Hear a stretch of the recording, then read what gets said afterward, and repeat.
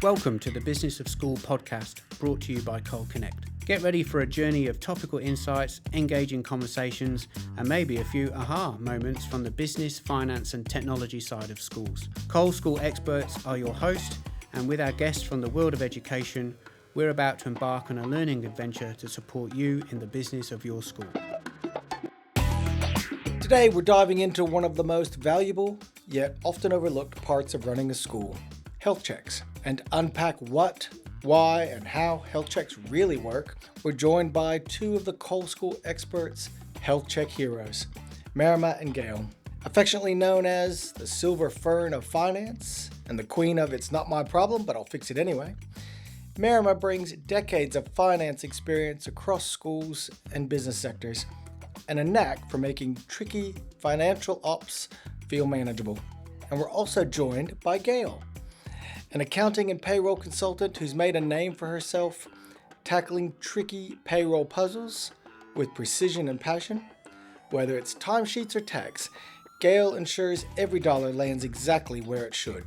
Together, they'll walk us through how health checks can transform a school's operations, the surprises they found along the way, and what school teams can do right now to make their systems and finances even stronger. Welcome, Marama and Gayle, to the Business of School podcast. Can you explain what a school health check actually is in plain English for us, and why every school should care about it? Marama, let's start with you. A health check is probably really good because it's a review of the school's current financial and system in terms of their ecosystem, their financial processes and procedures, their workflow, right through their record keeping and their reporting, and also up until their decision making. So I think that's one important area that schools should be considering when they're considering looking at a health check for their school. Brilliant. And Gayle, I know that you deal with the payroll health checks. What is it in plain English for us? Similar to Marama, it's basically a thorough independent review of a school's payroll system, their processes, looking at accuracy, compliance with enterprise agreements, awards, fair work, whichever applies in that particular situation, looking at their processes, looking at best practice. It's more like, you can think of it like a checkup, I guess. Brilliant. So you guys have touched on them a little bit, but can you just expand a little bit more on some of those key areas that you look at in a health check, Gayle? What are some of the key areas? Maybe give us 3 or 4 key areas that you might look at. Sure. So payroll health check, we normally start off at looking at the system settings. So looking at pay codes, how that works in terms of SDP reporting, superannuation calculations, leave accruals, the pay rates. And then we do a deep dive into leave awards, how leave is accruing, how that compares to the actual leave entitlements. And then the final section is a deep dive into compliance with the enterprise agreement or awards, depending on the school, which one applies, and having a look at that, and then looking at a sample of employees and just seeing how they go against the requirements. Yep, brilliant. Marama, what are some of the key areas that we would look at in a finance health check? So I suppose the processes and procedures that they do on a day-to-day basis right up until their month end, whether they're using the system to its full capacity, whether their processes are done correctly, and basically whether their reporting is done accurately to the board, to their key stakeholders. It's all important because at the end of the day, it helps with their decision making, especially with their planning out into the future, their strategic planning, and that whole environment that is so important to a school. Yep, excellent. Gayle, one of the things that you mentioned before was the system setup. Just how is that? How do we look at the system setup? I mean, schools would have so many various systems. How do we look at the way that a system is set up at a school? So we look at how the software is set up, so how the payroll configurations are all set up. So as I mentioned before, looking at the pay codes, comparing them to looking at how the super is accruing, whether it's accruing on the correct pay items or not, whether leave is being accrued correctly on the correct pay items, looking at the rates of pay and comparing that against the EA, or if they don't have an EA, then the school might have their own salary scales, comparing against those, and then also SDP reporting. So that's the information that goes to the ATO. Oh, gotcha. So when we look at I guess a system setup for both the finance health check and the payroll health check, we do that kind of deep dive because Cole School experts are the experts in schools and in school systems. We've got a wide range of knowledge of the individual systems that schools use. So we might give them, and I'm probably oversimplifying this, but we might give them advice as to say, did you realize that if you enabled this feature within your software, you're going to get this result? Absolutely. We do see a lot of that, definitely. From the experience we see across other schools, we see how other schools are doing things and can then make suggestions. So some schools like to use some spreadsheets to do things outside of payroll, and then actually letting them know that actually you don't need to do that. You can actually use that within the software you've got. You just need to set it up like this, and then you don't have to worry about having a spreadsheet that might break or get lost or whatever. It's all in the system, one source of truth. Marama, I've got a question for you in terms of common misconceptions that schools might have about a financial health check. What would be some common misconceptions that a school might have?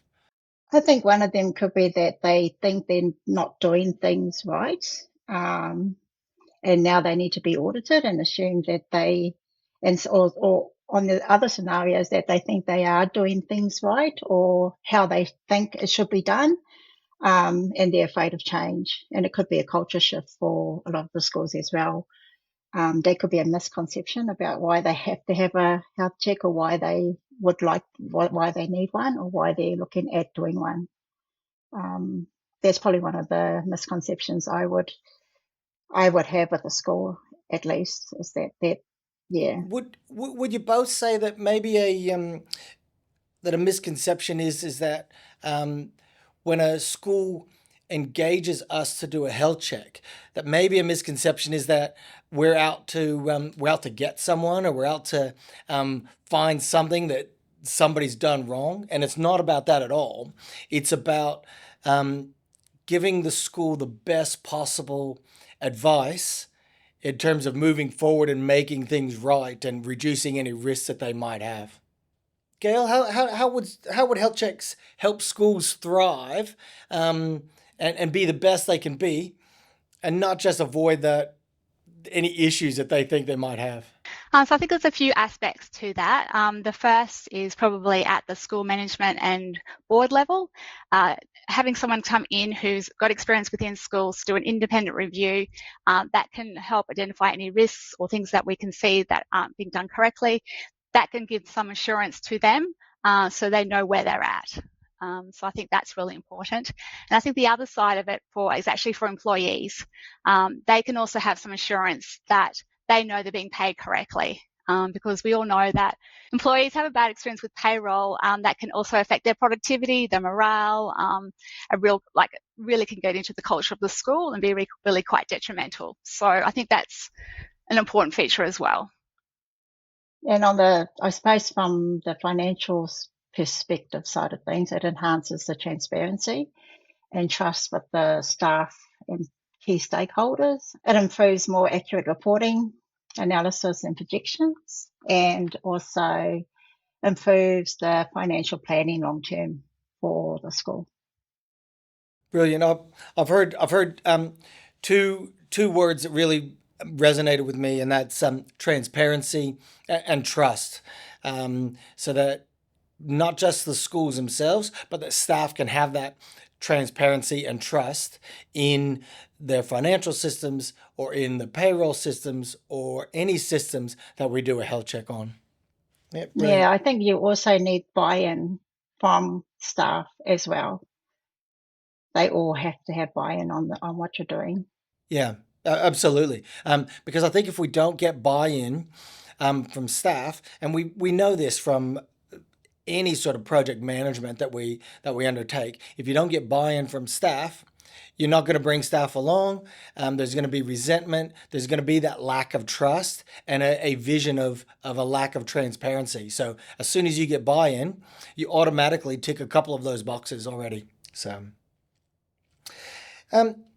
from your experience, ladies, what's the number one thing that might surprise a school when they undertake a health check?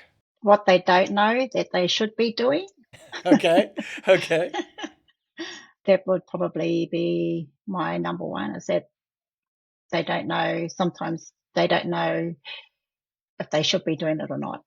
So Gotcha. this is kind of like a guide to assist them with, yes, this is this proper procedure you should be following. Right. So they might be missing like a key part of what they should be doing as role X or Y, and they're missing a key part of that. Yeah, for example, we experience schools that don't do monthly balance sheet reconciliations. Okay. And these are done either at the end of the year. Sometimes they're not being done at all. So that review goes about as well, just bringing everything up to date during your month end procedure, rather than year end, where it can get a lot messier. Yeah. And you're reporting incorrectly throughout the whole year to your board and to your key stakeholders. Right. Gayle, what would be a trend that you might be seeing that surprises schools during their payroll health checks? I think probably that they think because everyone's being paid on time, they assume that the payroll is being done correctly. A lot of things are set in the background, like configurations are set and forget, and legislation change, EAs change. Those things need to be reviewed on a regular basis. You can't just set and forget and think that everything's okay. Okay. So we sometimes see schools get confused with payment on time is payment correctly. Right, and I like the wording you used there was a set and forget, whereas payroll and finance for that matter, payroll's not a set and forget. It is a dynamic beast that needs to be attended to. You need to feed that fire. You need to keep it moving along, because as you say, awards change, hours change, leave accruals change. Like, yeah, it needs to be looked at on a very regular basis. Absolutely. Okay, so I'm going to ask you both now about some of the biggest blind spots that you might see, or maybe some of the most common mistakes that you see in schools. Let's start with payroll. Gayle, what would be some of the biggest blind spots, or maybe the most common mistakes? I think there's a lot of confusion around how to average staff. So the term time staff who would just work during the 38, 48 term weeks, but their pay is averaged over the whole year. I think there's a lot of confusion about how to calculate that. How then if they have leave, how do you pay that? How do you pay that leave? What happens if they have extended unpaid leave or the hours change through the years? How does that change? So I think that is a really big area that we're with a lot of compliance risks. Also, the application of overtime and penalties. A lot of schools don't just have teachers and teacher assistants and a few admin staff. They have tutors, they have sports coaches. They're doing after hours work. They're doing work on the weekends. So you need to have a look at what overtime or penalties may apply. And that will differ by whichever enterprise agreement that you're under, or if you're under the General Staff Award or another award.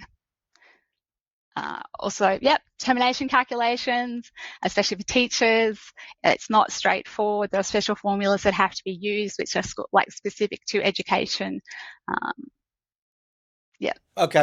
Probably the other one is, I can do another one. Yeah, go for it. Yeah, do another one. We pay our staff above award, so we're right. Unfortunately, it's not that simple anymore. You need to actually look at each pay period by pay period, to see whether the staff are being paid what they're entitled to. It's not just simply a matter of multiplying the hours that they've worked by this magical above award rate. Right. Okay. Marama, what are some of the blind spots that you might see in a finance health check, or maybe some common mistakes? I think I don't like to use the word mistake. It's more that they don't know. In terms of what I sometimes stumble across is written and documented policies and procedures that could be easily picked up and followed. Implementing succession planning for staff that are always there for a school that has a high staff turnover, and you've got a new staff member coming in, doing things the way they think should be done, the proper training and upskilling of their staff. But basically just some form of policy and procedure for each system they use, how it's done. It comes back to having a checklist available from for each month right up until month end, whether you're reconciling your bank statements on a daily basis, a weekly basis, a fortnightly basis, just all these little checklists and checks along the way to ensure that by the end of the month, and when your board needs to have their reports ready by your principal, who the finance department really should be working closely with, to make sure that you're getting the most accurate reporting out of the system. So not really a mistake, but just assisting and helping with that, and making sure they are or do know the procedure around how to do that. Yep. And to be compliant at the same time. And I think there, because I've thankfully, due to you two and conducting a number of health checks, I've been able to read a number of health checks and go through them before they get sent out to school. So seeing those procedures and making sure that schools have a procedure in place, have a process in place for their finance system or for their payroll, etc. Is exceptionally important, and it's one that I see a lot from all the health checks that I read. So,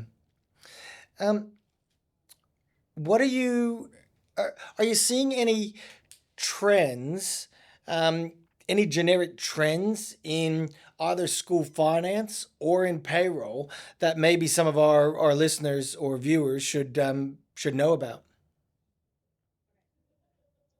Long term. Anything that we've seen in sort of the last, I don't know, in the last 12 months or 2 years even. AI. Okay. I would say long-term sustainability and innovation that's happening currently in the market at the moment, with the introduction of AI as well. That could be a trend for schools moving forward. Yep, definitely. Probably from a payroll perspective, I think it's just it's highlighting the recent times how critical payroll is. We've got the new wage theft laws coming through, but in recent years we've had SDP reporting. Now we've got payday super. There's a lot of changes happening, and I think gone are the days where payroll kind of hides somewhere in finance or hides somewhere in HR, that it actually is starting to deserve a seat at the table, because it is so important. Most schools' salaries and on costs are a significant part of budgets, could be up to 75-80% of expenditure. So it's really critical to get it right. Yeah, and I think from my perspective, one of the things that I've seen in my time is the trends where schools are separating the two functions and keeping payroll as its own thing, and even for that matter keeping HR as its separate thing, as opposed to finance. So gone are the days, I think we're seeing, gone are the days when a finance manager might do everything. Might do the payroll, might do the finance, might do the HR. I think we're seeing that as a bit of a trend as well. So definitely. Okay, let's bust some myths. What are some myths that you would like to bust about like an audit or a health check? Bust these myths once and for all. Probably that. It's not an inquisition. We're not looking to find errors and blame people. What we want to do is to work with schools, identify risks, look at ways they can improve, and just look at basically improving the performance and efficiency of the school. It's a checkup. It's not a blame game. Yeah, following on from what Gayle just said, it's not a checkup. It's seeking support, having somebody come in with a new set of eyes and overlooking the whole system and how finance is operating, offering ideas, solutions, help, support, just to help the school run more effectively and efficient. Not so much a change in management, just as a guideline and support. Because some people fear change. I love those two. The two of the big things I heard there. One was that we're not out for a blame game, so let's bust that myth straight away. It's not a blame game. And the second is, and it's one of the things that we quite often speak to, is that you don't have to do it all yourself. We're just here to give you some advice. Ask the people that have done it before. Ask the people that do it day in and day out. And it's not saying that you don't know. All it's saying is that let us help you. Let us give you some assistance. So I love those. I love those two things. Okay. If you had a magic wand and you can only change one thing in a school's finance system or in their payroll system, and it's gonna happen straight away tomorrow as soon as you wave your magic wand, ladies. What would it be, and why would it be whatever it is you're gonna choose? I think I would choose a one-stop shop where you're using the one SIS system for everything, including payroll and HR. That would be great, wouldn't it? Yeah. And for obvious reasons, it'll eliminate inefficiencies within the school operations completely. Brilliant. Gayle? Look, I still see a lot of schools using paper-based leave application forms and handwritten timesheets. Yep. If we could get them online and automated, that would be amazing. It would save so many hours in so many of our schools. Gone are the days is that a 3 or a 5? Was that 6 a.m. or 6 p.m.? I'm not sure. Have to go back to the employee. That would be a game changer for many schools. Yep, absolutely. And for both of those magic wand solutions, I guess we'd reference those with let's just mitigate your risk, right? So let's mitigate your risk by eliminating multiple systems, Marama, and putting everything into one system, because anytime data moves from system A to system B, there's a risk, although that risk can be minimized. And then let's look at minimizing our risk for having our paper-based Excel spreadsheet where we're doing some calculations that we're not really sure, or stuff sitting in a filing cabinet in the back office. Yeah, absolutely brilliant. Okay, we're going to do a rapid fire round.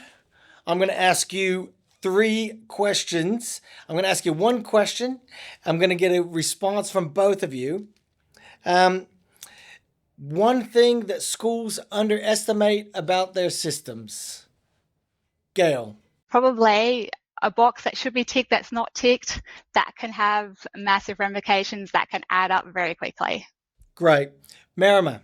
Probably the capabilities and the efficiencies of the product that they're using and what it could be capable of with the right training and skills and experience. So a lot of schools that do use their systems aren't using it to their full capacity.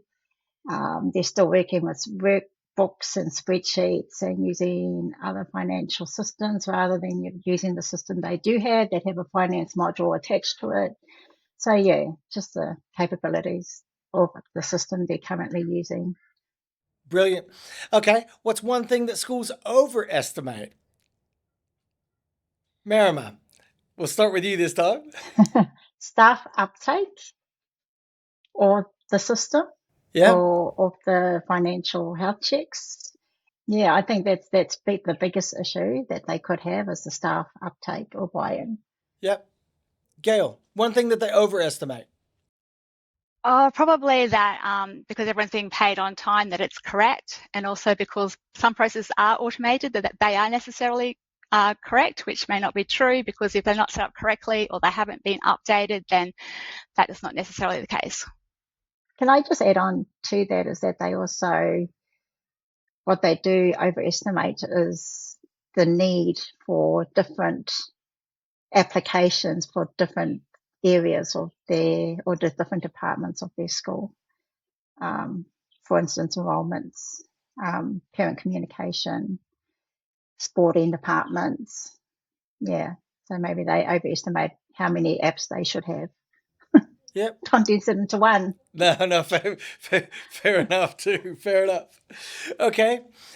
This one's a little bit more low key. Gayle, what's your go-to snack when you're doing a health check? Oh, I'm not really a snacker, but normally a black coffee in the morning and probably, I don't know, and a cup of tea in the afternoon. I was going to say seven more black coffees while you're doing these health checks. Yeah. Yep. Marama, what's your go-to snack during a health check? I don't usually have a go-to. I just go to whatever's in my fridge and whatever's in my pantry and convenient to eat. Although I have been guilty of ordering Uber Eats. Yeah, that's because I've just been too busy at my desk to move my butt and get in the car and drive 2 minutes down the road to GYG. So yeah.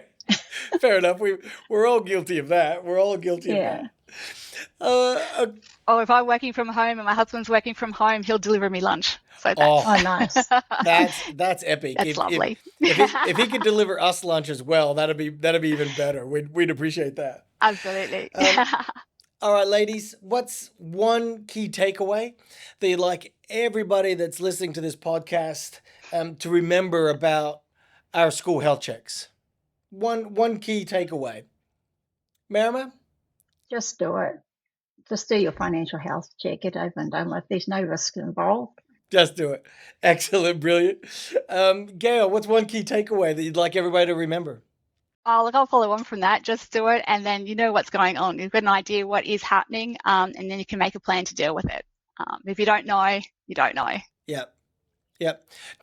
I'm hearing from that. Don't put your head in the sand. Like, just accept it. Let's rip the Band-Aid off. Again, we're not here to blame. We're here to help you as best we possibly can. So, brilliant. Well, thank you very much, Gayle, Marama. Thank you so much for being on the School of Business podcast. Thank you. Thank you very much. Thank you.